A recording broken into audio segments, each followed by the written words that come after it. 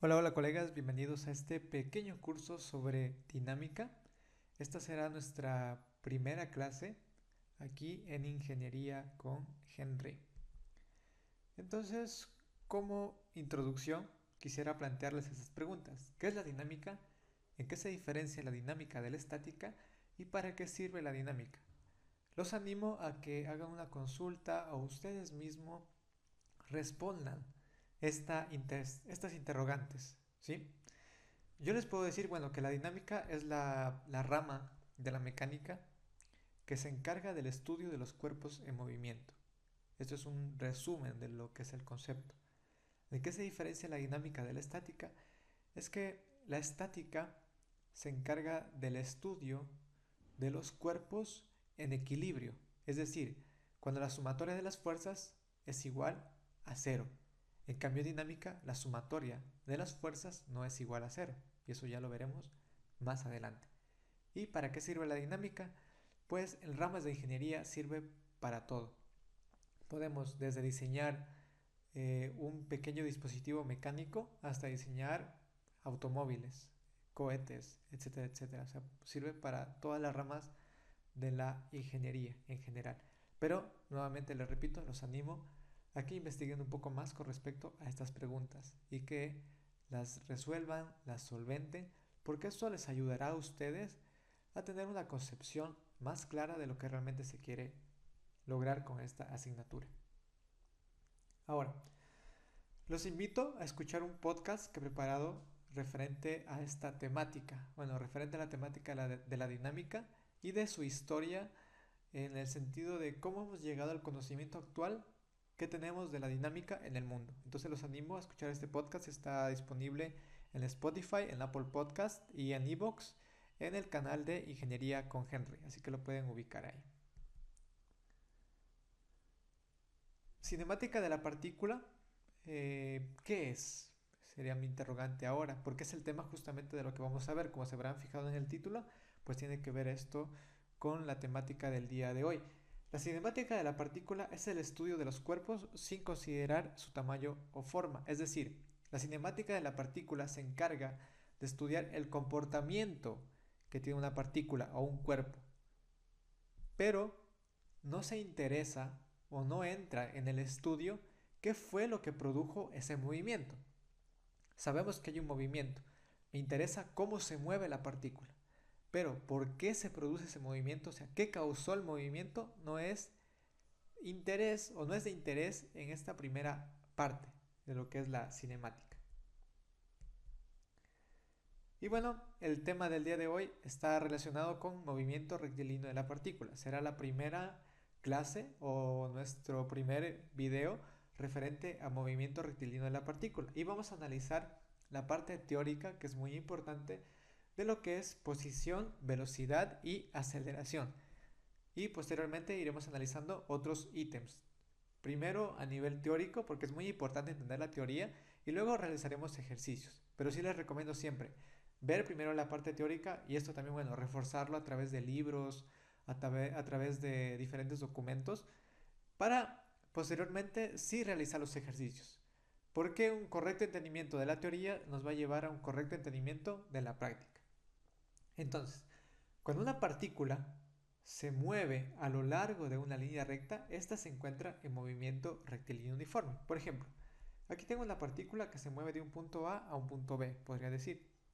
Para efectos de la cinemática, recordemos que se preocupa únicamente por la característica del movimiento, para mí es lo mismo esta partícula de la parte superior que el vehículo. ¿Por qué? Porque lo único que analizo es cuál es la posición, cuál es la velocidad y cuál es la aceleración del vehículo o de la partícula en cualquier instante de tiempo. ¿Sí? Por esa razón, para mí es lo mismo analizar una partícula que analizar un vehículo. ¿Por qué? Porque considero al vehículo como una partícula. Asimismo, puedo considerar a un planeta entero como una partícula. ¿Sí? Espero que se entienda esta parte.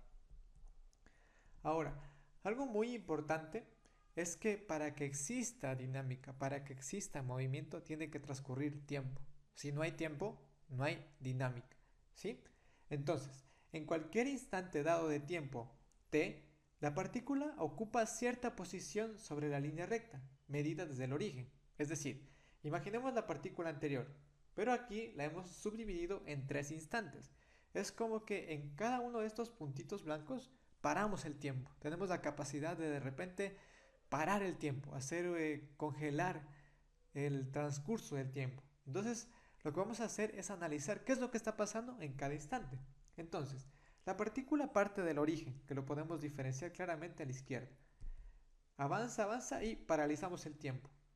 Al parar el tiempo, de manera hipotética, en nuestro experimento mental, podemos ver que la partícula ha cambiado de posición. Pasó de un punto inicial, de un punto en el origen, a un nuevo punto. Y este punto tiene una nueva posición, ¿sí? Lo que nos interesa ahora es la nueva posición de la partícula. Vemos que ha transcurrido un periodo de tiempo. Este reloj que he puesto a la derecha únicamente es referencial, puede ser cualquier tiempo, pero lo que representa es de que transcurrió tiempo hasta llegar ahí, ¿sí? Entonces, la partícula cambió de posición y eso es lo que nos debe interesar, el cambio de posición de la partícula. Para cambiar de posición, la partícula ha hecho un recorrido, ¿sí? Este recorrido, en este caso, es igual a x1, ¿sí? Medido desde el origen. Entonces, para que la partícula llegue desde el origen a su nueva posición, que sería P1, ha transcurrido una determinada longitud, o la partícula ha recorrido una longitud, que en este caso sería x1. Ahora, imaginemos que no hubiéramos parado en la partícula, sino que lo hubiéramos parado en otro instante de tiempo, como en este caso. ¿Qué ha sucedido ahí? La partícula se ha paralizado ahí porque hemos parado el tiempo, hipotéticamente. Y la partícula ocupa una posición en el espacio P2, ¿sí? Pero para llegar a P2 obviamente tuvo que haber transcurrido más tiempo del que transcurrió para llegar a P1, ¿sí? Y entonces, nuevamente, para llegar a P2, la partícula ha hecho un recorrido x2, ¿sí? Recordemos nuevamente que estamos analizando únicamente en el plano unidireccional. Posteriormente, en otras clases, ya analizaremos el comportamiento de la partícula en 2 y 3 dimensiones, que se basa en el mismo principio, y es por eso que es muy importante entenderlo. Ahora, imaginemos nuevamente la misma partícula, pero con otro escenario. Dejamos transcurrir más tiempo y paramos el tiempo. Entonces vemos que ha transcurrido más tiempo. Recordemos que los relojes de la parte derecha son hipotéticos, ¿sí? No es que haya transcurrido tal tiempo, sino que representa únicamente que ha pasado más tiempo. Y al pasar más tiempo, ¿qué significa? Que la partícula ha podido avanzar más. Y al avanzar más, ocupa una posición en el espacio P3, ¿sí? Y obviamente P3 es mayor a P2 y P2 es mayor a P1, al menos en este caso, por el comportamiento de esta partícula que únicamente se está moviendo a la derecha. Pero eso no significa que la partícula siempre vaya a hacer este movimiento en una sola dirección o que se vaya, perdón, en un solo sentido. La dirección sí va a ser la misma, en un solo sentido, ya que el sentido de la partícula puede cambiar. Recordemos que el sentido sí puede ser hacia la derecha o hacia la izquierda. ¿Sí? La dirección ya vemos que es la misma porque estamos únicamente analizando en el eje de las X, sería nuestro caso.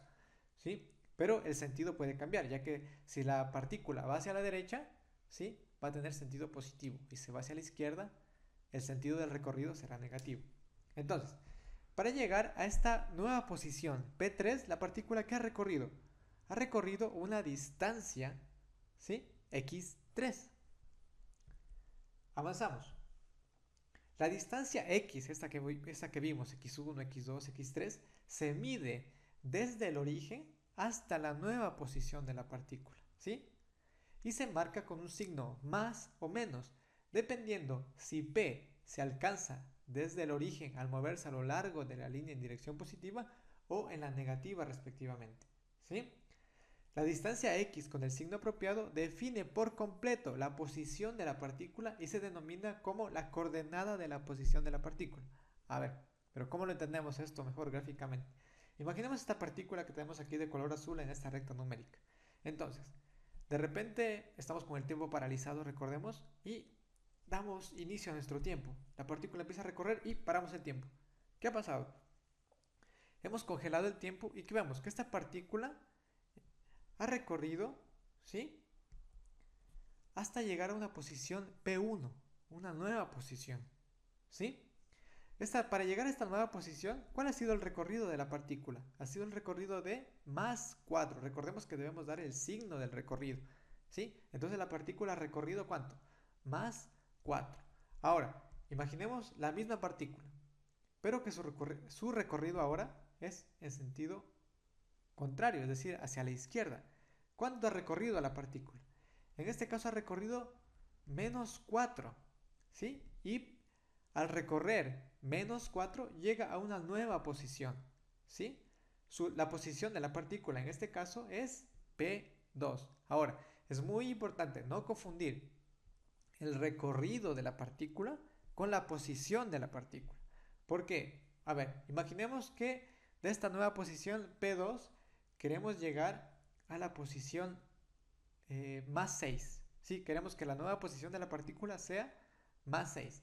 Entonces, a pesar de que la nueva posición de la partícula puede ser más 6, el recorrido que tiene que hacer la partícula, ¿cuánto será? 10, exactamente. Tiene que ser 10. ¿Por qué? Porque sumamos menos 4 hasta llegar a 0, serían un recorrido de 4, y para llegar a 6 sería un recorrido de 6. 4 más 6, 10.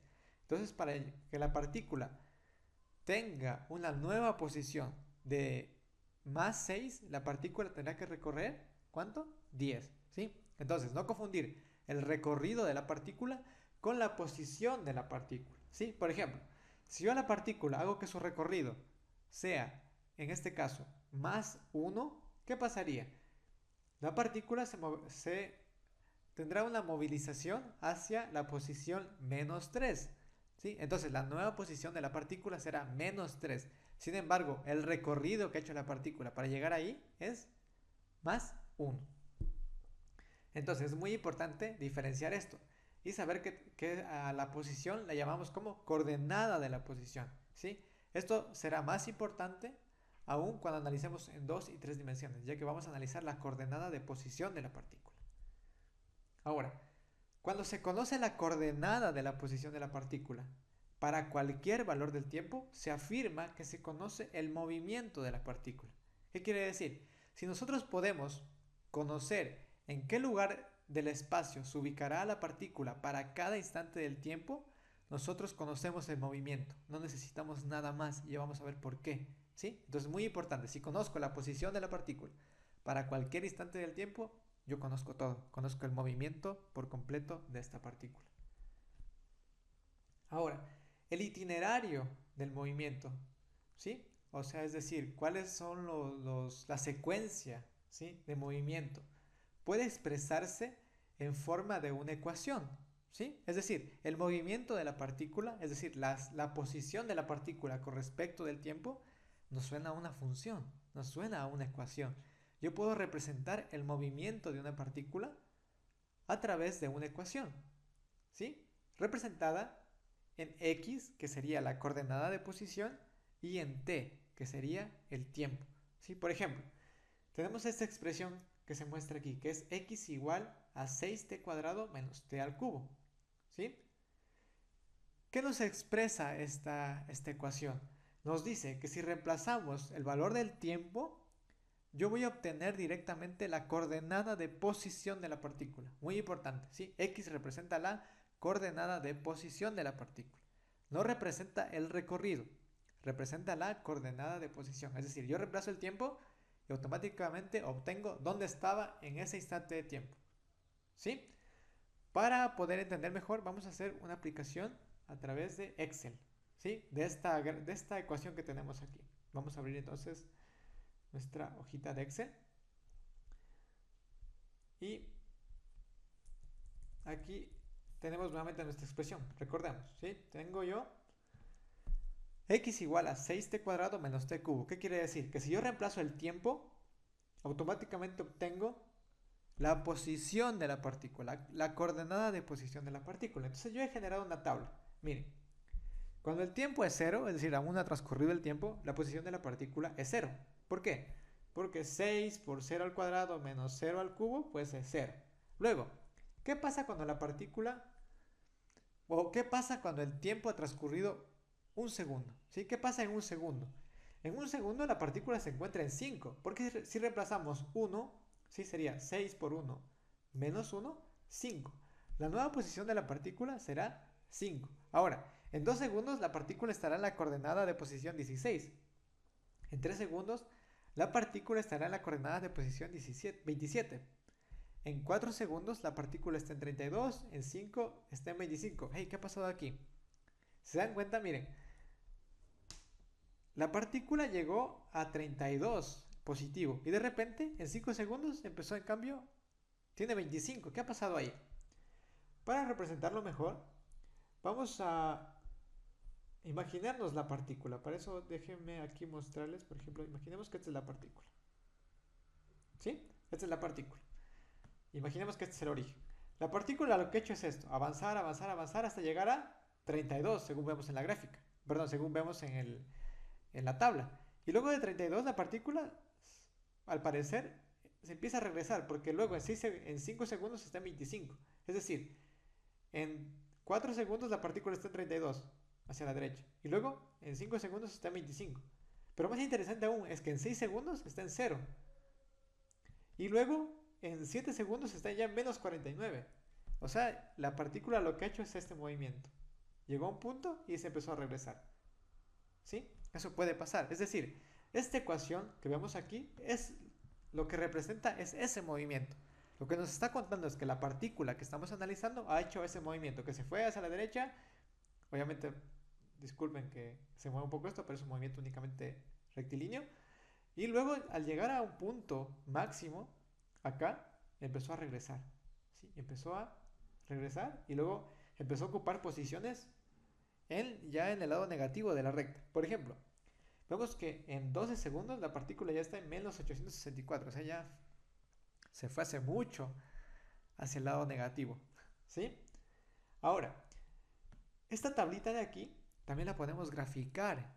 Y a través del gráfico podemos entender mejor el comportamiento de la partícula. Entonces, aquí la he graficado. ¿Y qué vemos? Por ejemplo, en un segundo está en 5. ¿Sí? En 2 segundos estaba aquí sobre 15, que estaba cerca de 16, me parece que era. En 3 segundos la partícula estaba en, ¿sí? Recordemos, en 3 segundos la partícula estaba en 27. Y en 4 segundos llega a 32, que vemos que es su máximo. ¿Sí? Pero luego de pasar los 4 segundos, empieza a ocupar posiciones 25, 0 en 6 segundos. Pero algo muy importante, aquí solo he graficado 6 segundos. Pero algo muy importante es que no significa que la partícula se mueve así, como la curva. La partícula no se mueve en la curva. Recordemos que estamos analizando un movimiento rectilíneo. La partícula lo que hace es moverse a lo largo de la línea recta. ¿Sí? La partícula lo que hizo fue moverse hacia acá, hacia la derecha, llegó a un punto y se empezó a mover a la izquierda. La gráfica lo que está representando es el itinerario de la partícula. La gráfica lo que está haciendo es describiendo la partícula, porque tenemos tiempo, ¿sí? Y tenemos posición. ¿Sí? Tenemos una gráfica de posición versus tiempo. Es decir, esta gráfica lo que nos indica cuál es la posición de la partícula en cada instante de tiempo. ¿Qué sé yo? Quiero saber dónde estaba en 2.5 segundos. Voy aquí, choco con la gráfica y sé que estaba entre 20 y 25. ¿Sí? La posición. Es lo que representa esta gráfica. ¿Sí? La posición de la partícula para cualquier instante del tiempo. No significa que la partícula se mueva como la curva. Muy importante eso, ¿sí? Recordemos, la partícula se mueve únicamente, ¿sí?, en movimiento rectilíneo. La partícula lo que hizo fue, empezó en 0, se fue hacia acá, llegó a un punto y empezó a regresar, ¿sí? Eso es muy importante entenderlo. Entonces, continuamos con nuestra presentación. Esa era nuestra aplicación, ¿sí? Ahora, las unidades que se usan con mayor frecuencia para medir la coordenada de posición X son el metro, ¿sí? Esto en el sistema internacional. Y también podemos usar el pie en el sistema de unidades inglés. El tiempo por lo general pues suele medirse en segundos. Ahora, veamos este gráfico de aquí. ¿Sí? Centrémonos en el gráfico, no veamos el texto, veamos el gráfico. ¿Sí? Ahora, imaginemos una partícula que en un tiempo t, ¿sí?, ha transcurrido un tiempo t. En este tiempo t, la partícula ocupa un nuevo lugar en el espacio. Es decir, aquí el tiempo era 0. Luego transcurre un tiempo t, paralizamos el tiempo. Recordemos, paralizamos el tiempo. Tenemos el poder de paralizar el tiempo. Paralizamos el tiempo y ¿qué vemos? Que la partícula está en un lugar P. La posición de la partícula es P. Para llegar a P, ¿qué ha hecho la partícula? Ha recorrido, ¿sí?, una distancia X, ¿sí? Ha recorrido X y ha llegado a un punto P, que es su coordenada de posición. Ahora, imaginemos que nuevamente quitamos esta paralización del tiempo y avanzamos. Avanzamos un delta t, o sea, un intervalo de tiempo superior, ¿sí? Entonces, ¿qué pasa luego de ese delta t? Paralizamos nuevamente el tiempo. ¿Y qué ha pasado? La partícula ha hecho un recorrido. Y ese recorrido es delta x, ¿sí? Es decir, que si dejamos pasar un poquito más de tiempo, la partícula ha recorrido un poquito más de distancia. Y al recorrer un poquito más de distancia, ¿qué pasa? La partícula ocupa un nuevo lugar en el espacio. Este nuevo lugar en el espacio tiene una coordenada de posición que sería P', ¿sí? P'. Ahora, la coordenada de posición P', o sea, para encontrar la coordenada de posición P', ¿sí?, podemos hacer lo siguiente: sumar, ¿sí?, el nuevo recorrido, ese cachito de recorrido, ese pedacito de recorrido, delta x más x, ¿sí? Automáticamente, ¿qué obtenemos? La nueva coordenada, ¿sí?, de posición. O también, ¿cómo podemos hacer? Sumar la coordenada anterior, ¿sí?, más delta x o menos delta x, según corresponda, ¿sí? Y así obtendremos la nueva coordenada P'. Es como lo que hicimos en un principio en el video. Recuerden, ¿qué decíamos? La nueva coordenada de la partícula era menos 4. ¿Y qué decía yo? ¿Qué pasa si el recorrido es más 1? Ese más 1 sería este delta x, ese cachito, ¿sí? ¿Qué pasaría? Entonces, ¿qué teníamos? Menos 4 más 1. Entonces, la nueva posición de la partícula, ¿cuál era? Menos 3, ¿sí? Es exactamente esto de aquí, ¿sí? Este delta x será positivo o negativo según la posición de P', izquierda o derecha, ¿sí? Recordemos que debemos ubicarnos en el plano, y según la ubicación en el plano, pues tendremos el signo positivo o negativo de la coordenada de posición. Nunca se olviden, por favor, de colocar el signo en la coordenada de posición. Ahora, si yo tengo, por ejemplo, un delta x o un recorrido, ¿sí?, un cambio de la posición en un intervalo de tiempo, ¿sí?, yo tengo la velocidad promedio. ¿Sí? ¿Por qué? Porque recordemos que velocidad es igual a espacio sobre tiempo. Es decir, si hay un cambio de posición con respecto del tiempo, yo tengo la velocidad promedio, que se expresa en el sistema internacional en metros sobre segundo, ¿sí? Ahora, la velocidad promedio, sí, es bastante interesante, nos da una buena noción de lo que está sucediendo con la partícula, pero realmente no es tan precisa, por así decirlo. ¿Por qué? Vamos nuevamente al caso de Excel, de nuestra gráfica. Por ejemplo aquí, ¿sí? Entonces la velocidad promedio, ¿qué era? El cambio de posición con respecto del tiempo. Por ejemplo, yo puedo obtener la velocidad promedio entre 1 y 3 segundos, ¿sí? Para obtener la velocidad promedio entre 1 y 3 segundos, ¿qué necesito? El intervalo de posición y el intervalo de tiempo. ¿El intervalo de tiempo cuál sería? De 1 a 3, es decir, 2 segundos. ¿Por qué? 1 y 2. ¿Y cuál sería el intervalo de posición? Es decir, ¿cuánto ha cambiado o cuánto ha recorrido la partícula desde 1 hasta 3 segundos? En un segundo la partícula estaba ¿dónde? En 5. Y en 3 segundos la partícula estaba en, veamos la tabla para ser precisos, estaba en 27. ¿Sí? Entonces, de 5 hasta 27, la partícula, ¿cuánto ha recorrido? 22, ¿verdad? La partícula se ha movilizado 22. ¿Por qué? Si sumamos 22 más 5, tenemos 27. Es decir, de aquí hasta acá ha recorrido 22. ¿En qué intervalo de tiempo? En 2 segundos. ¿Sí? Entonces, recordemos, velocidad, ¿a qué es igual? A distancia o desplazamiento sobre intervalo de tiempo. Entonces tenemos 22 metros sobre 2 segundos. Tenemos una velocidad promedio de 11 metros sobre segundo. Ahora, estos 11 metros sobre segundo es la velocidad promedio en todo este recorrido, en todo este intervalo, lo cual nos da una información adecuada. Sin embargo, no es tan precisa para algunos efectos como nos gustaría. Y para ello tenemos lo que ustedes ya habrán visto, velocidad instantánea, ¿sí? La velocidad instantánea, ¿sí? De la partícula en el instante de tiempo t, ¿sí? O sea, podemos obtener la velocidad instantánea para un punto en específico del tiempo, ¿sí? Se obtiene, ¿sí?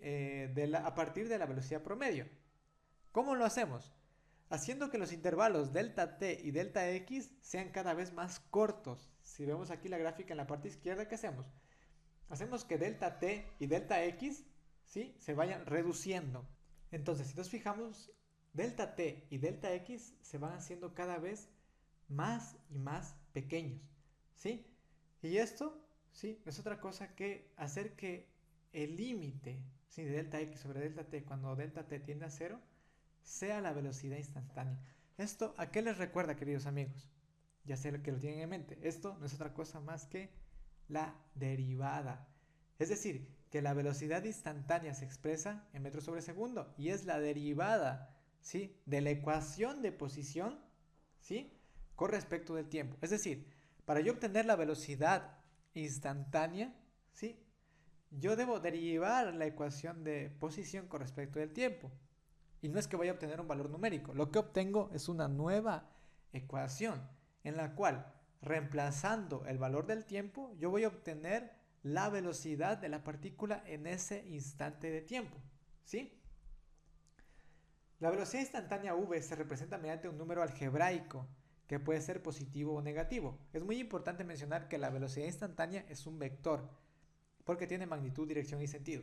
Pero como estamos trabajando en un plano unidireccional, lo que nos interesa, ya sabemos, conocemos ya la dirección de la partícula. Lo que nos faltaría conocer es el sentido. Por eso debemos siempre escribir el signo más o el signo menos, ¿sí? Y la magnitud, obviamente, que la debemos conocer. Ahora, un valor positivo de la velocidad, ¿qué me indica? Me indica que la velocidad incrementa, ¿sí? Esto es que la partícula se mueve en dirección positiva. Ahora, un valor negativo de la velocidad me indica, ¿sí? Que la posición de la partícula disminuye. Es decir, que la partícula se mueve en dirección negativa. En la parte de arriba, bueno, me equivoqué. Era que no que la velocidad, sino que la posición aumenta, ¿sí? Que va en incremento a la posición. Por eso es positivo. Ahora, un valor negativo de la velocidad indica que la posición disminuye. Es decir, que cada vez va siendo más pequeña. ¿Sí? Es decir, que la partícula se mueve en dirección negativa. La magnitud de la velocidad se conoce como rapidez de la partícula. Esto es muy importante, ¿sí? Recordemos, el módulo de la velocidad o la magnitud de la velocidad es la rapidez de la partícula. Aquí, en movimiento unidireccional, pues no hay mucha complicación porque es el mismo valor siempre. Pero ya cuando trabajemos en 2 dimensiones o en 3 dimensiones, pues ya debemos obtener el módulo de la velocidad para obtener la rapidez, ¿sí? Entonces recordemos, cuando la coordenada de posición incrementa, la velocidad va a ser positiva. Cuando la coordenada de posición disminuye, ¿sí? La velocidad será negativa, ¿sí? Ahora, consideremos que tenemos el mismo punto que teníamos hace un rato con la coordenada P y el P'. Ahora, en P, ¿qué tendríamos entonces? Una velocidad instantánea, V. Y en P' podemos tener una velocidad v más un delta v, ¿sí? Que puede ser positivo o negativo, ¿sí? Es una suma algebraica, es decir, que la velocidad puede incrementar como puede disminuir, porque es un movimiento que puede tener aceleración o desaceleración. Y a esto mismo voy. Cuando yo tengo un cambio de velocidad con respecto del tiempo, ¿qué tengo? Yo tengo aceleración, ¿sí? Y si nosotros hacemos la expresión o colocamos la expresión delta v sobre delta t, es decir, el cambio de velocidad con respecto del tiempo, yo puedo obtener fácilmente lo que es la aceleración promedio. Pero nuevamente, ¿sí? A mí no me sirve mucho o bueno, me sirve poco lo que es la velocidad promedio. A mí lo que me interesa específicamente es cuál es la aceleración en un punto en específico. ¿Cómo lo obtengo? Con la aceleración instantánea, ¿sí? Entonces aplico el mismo principio que hice anteriormente, ¿sí? Para obtener la aceleración instantánea. Y la aceleración obviamente se expresa en metros sobre segundos al cuadrado. Ahora, la aceleración instantánea de la partícula en el instante t, se obtiene de la aceleración promedio, al escoger valores nuevamente de delta t y delta v cada vez más pequeños, ¿sí? Y es el mismo principio. Por ejemplo, aquí tengo una gráfica de velocidad, ¿sí? Que vemos cómo cambia la velocidad con respecto del tiempo, ¿sí? Entonces podemos ver aquí, por ejemplo, que la partícula tuvo velocidad positiva, ¿sí? Luego empieza a descender su velocidad, baja su velocidad, ¿sí? Aquí hasta llegar a cero y luego la velocidad empieza a ser negativa. Es decir, no, cuando la velocidad es negativa no significa que me acerco al cero siempre. Aquí, por ejemplo, la velocidad es negativa y me acerco a cero. Perdón, aquí la velocidad, sí, me acerco a cero. Pero luego, aquí, la velocidad es negativa y la velocidad puede incrementar, pero me estoy alejando en cambio del cero. ¿Sí? Ahora, la aceleración instantánea, ¿sí? Nos ayuda a determinar la aceleración en puntos en específico. ¿Sí? Porque, por ejemplo, yo podría determinar la aceleración en este tramo de aquí. Lo que debo hacer es considerar cuál es el incremento de velocidad con respecto del tiempo. ¿Sí? Pero a mí no me sirve mucho eso. Como les dije hace un momento, a mí me sirve la aceleración instantánea, que no es otra cosa que la derivada de la velocidad con respecto del tiempo. ¿Sí?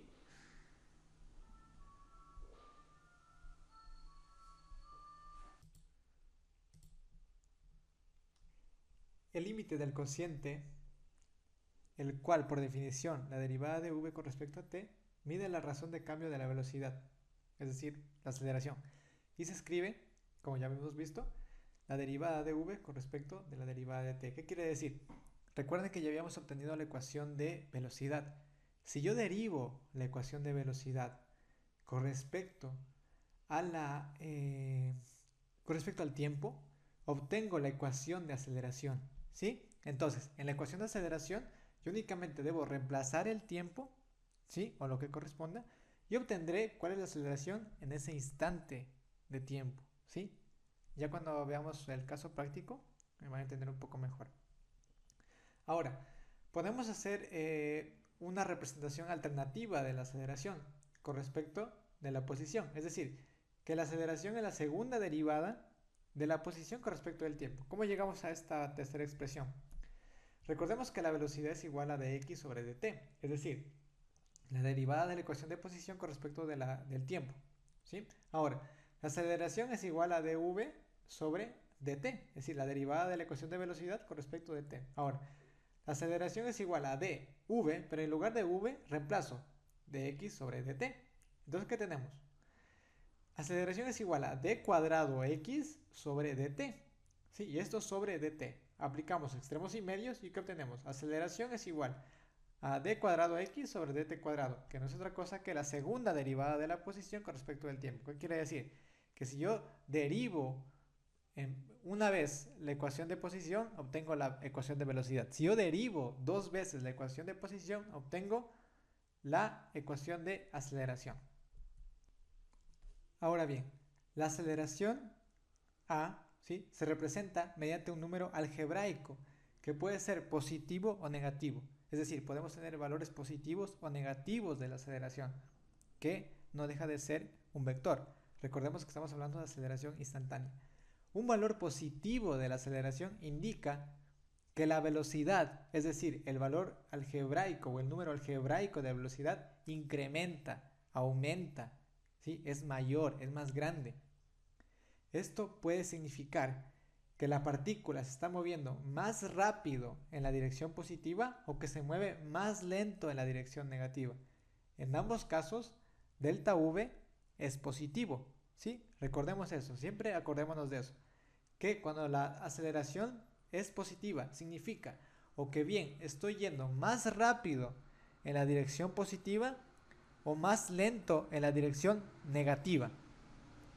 Ahora, un valor negativo de la aceleración indica que disminuye la velocidad, ya sea que la partícula se está moviendo más lentamente en la dirección positiva o que se está moviendo más rápido en la dirección negativa. Es decir, que el valor numérico de la velocidad incrementa, ¿sí?, en la dirección negativa o que disminuye en la dirección positiva. Eso significa un valor negativo de la aceleración. Eso me indica un valor negativo de la aceleración. ¿Sí? Ahora, el término de esa aceleración se utiliza en algunas ocasiones, ¿sí?, para referirse a la aceleración cuando la rapidez de la partícula, esto es, la magnitud de la velocidad, disminuye, ¿sí? La partícula se mueve entonces con mayor lentitud, ¿sí? Ahora vamos a analizar igual unos casos, ¿sí? Para detectar en qué lugares existió desaceleración, ¿sí? Ya lo vamos a hacer con un caso práctico para que me entiendan un poco mejor, ¿sí? Ahora, es posible obtener otra expresión para la aceleración, ¿sí? Y esta expresión es A es igual a V por dv sobre dx. Esta expresión también es válida para encontrar la aceleración. Si nos fijamos o nos damos cuenta, en esta expresión, ¿sí?, no interviene dt, ¿sí? O sea, hacemos de lado lo que es el tiempo y expresamos únicamente la ecuación de aceleración en función de la velocidad y de dx y dv, obviamente, ¿sí? Ahora sí, vamos a aplicar un caso práctico, ¿sí? Esto lo vamos a hacer en una segunda parte del video que se subirá también enseguida para que no se alargue tanto la renderización y toda esa cosa.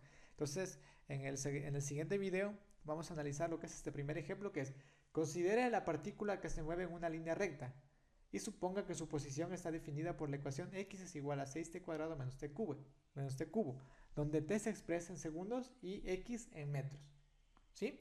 Entonces este va a ser el ejercicio que vamos a resolver en este siguiente video para que me entiendan un poco mejor, y vamos a ir analizando todas las situaciones de esto que va sucediendo con esta partícula que tenemos en este caso, ¿sí? Entonces los espero en este próximo video. Muchas gracias, un saludo, espero que se encuentren muy bien. Chao, chao.